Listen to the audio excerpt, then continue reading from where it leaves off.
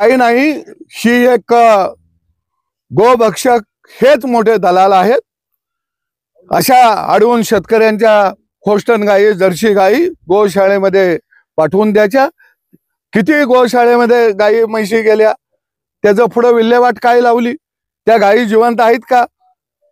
अहो एका व्यापार मी पाहिलं हे गोरक्षकवाले टेम्पो भरला गायीचा की पुढच्या त्यांच्या कार्यकर्त्याला फोन लावतात, तो त्याच्या पुढच्या कार्यकर्त्याला फोन लावतो, एक जण पुन्हा पोलीस स्टेशनला फोन लावतो आणि सगळे मिळून त्याच्या मागे लागते ती। अरे तुम्हाला काम धंदा आहेत का नाही? तुम्ही 10-20 गाया पाळा, धारा काढा, शानमूत काढा, व्यवसाय करा की रे बोक्यानो। शेतकऱ्याच्या जीवावर कुठे जगायला लागलाय तुम्ही? म्हणजे गोरक्षक एक गेल्या 2 दिवसाआधी आपल्या मालेगाव तालुक्यातील सातमाने गावात भारतीय जनता पक्षाच्या सारख्या हिंदुत्ववादी पक्षाच्या कोट्यामधून विधान परिषदेवर आमदारकी मिळवून आणि याच गोरक्षकांच्या विरोधात जाऊन त्यांच्या बाबतीत चुकीचे वर्तन करून काही गोष्टी गेल्या 2-3-4 दिवसाच्या पासून सातत्याने मीडियामध्ये त्याच्या माध्यमातून येत आहेत। त्या सदाखोतचं असं म्हणणं आहे की गाय गोवंश आम्ही सांभाळतो, आम्ही पाळतो आणि गोरक्षक कोण, गोरक्षा करणारे?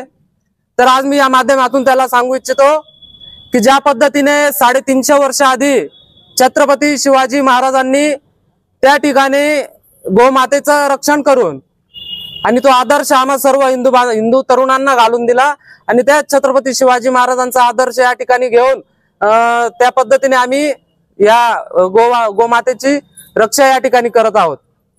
आणि जर का सदाखोतला जर का असं वाटत असेल की गाय गोवंशाचं पालन पोषण जर का शेतकरी करत असेल आणि म्हणून त्या शेतकऱ्याला गाय गोवंश कसायला देण्याचा अधिकार आहे, तर एक गोष्ट मात्र त्यांनी लक्षात ठेवावी की एखादी गोष्ट, एखादा जर का बेकायदेशीर कृत्य, एखादी गुन्हा जर आपल्या समोर घडत असेल, तो गुन्हा थांबवण्याचा पूर्णपणे अधिकार या भारताच्या संविधानाने या ठिकाणी आम्हाला डॉक्टर बाबासाहेब आंबेडकरांनी घटनेच्या माध्यमातून आम्हाला दिला आहे। आणि म्हणून ज्या वेळेला ज्या ठिकाणी एखादा जर गुन्हा घडत असेल तर तो गुन्हा थांबवण्याच्यासाठी, ते गाय गोवंशाची रक्षण त्या ठिकाणी गोरक्षा करण्याच्यासाठी कायद्याने या ठिकाणी आम्हाला अधिकार दिलाय आणि त्या अधिकाराचा वापर करत वेळ प्रसंगी ज्या ठिकाणी आवश्यकता असेल त्या ठिकाणी आम्ही त्या गोमातेची रक्षा करू।